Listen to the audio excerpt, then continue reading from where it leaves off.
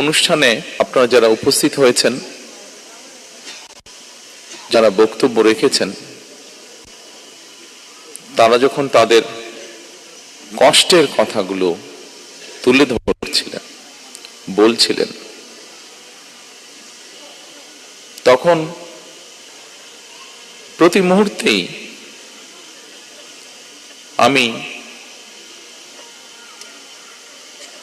মানসিকভাবে যা চিন্তা করেছিলাম, বলবো প্রতি মুহূর্তেই তার খেইটি হারিয়ে ফেলছিলাম। বহু বছর দেশ, স্বজন, মানুষ থেকে দূরে থাকতে হয়েছে আমাকে বাধ্য হয়ে। দূর থেকে যতটুকু সম্ভব হয়েছে আমার নেতাকর্মী যারা আছেন,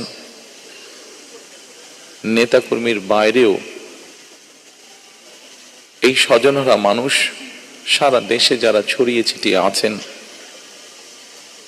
দলীয় অবস্থান থেকে আমরা চেষ্টা করেছি স্বৈরাচারের বিরুদ্ধে রাজপথে সরব উপস্থিতি রাখতে, প্রতিবাদ আন্দোলন গড়ে তুলতে। ঠিক একইভাবে আমরা সেই সময় যতটুকু আমাদের সাধ্য সামর্থ্য ছিল তা দিয়ে আমরা চেষ্টা করেছি আমাদের এই স্বজনহারা মানুষগুলোর পাশে গিয়ে দাঁড়াতে। আমরা কতটুকু পেরেছি, কতটুকু পারিনি, সেটির জবাব ভিন্ন। তবে এতটুকু আপনাদের সামনে বলতে পারি, আমাদের আন্তরিকতার কোনো ঘাটতি ছিল না।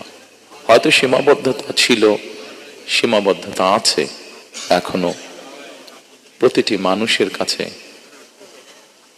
পাশে গিয়ে দাঁড়ানোর, কিন্তু তারপরে আমরা আমাদের চেষ্টা অব্যাহত রেখেছি এবং ইনশাল্লাহ এই চেষ্টা আমাদের অব্যাহত থাকবেও ভবিষ্যতে।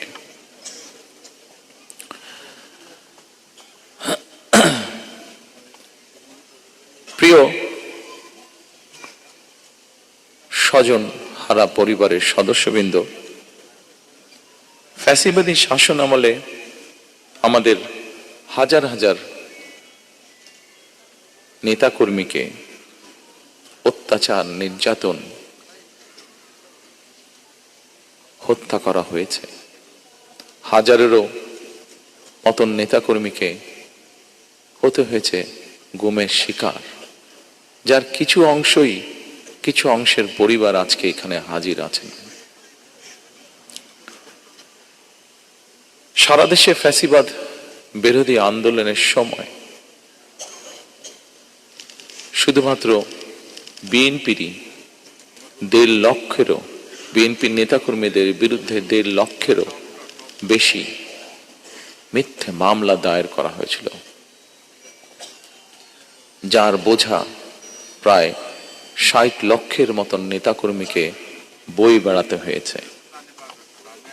এর ভেতরে লক্ষ লক্ষ নেতাকর্মী বছরের পর বছর, মাসের পর মাস, সপ্তাহের পর সপ্তাহ, দিনের পর দিন ঘর বাড়ি ছাড়া থাকতে হয়েছে, স্বজন হারা থাকতে হয়েছে, স্বজন থেকে দূরে থাকতে হয়েছে। এই সকল মামলাই ছিল রাজনৈতিক উদ্দেশ্য প্রণোদিত।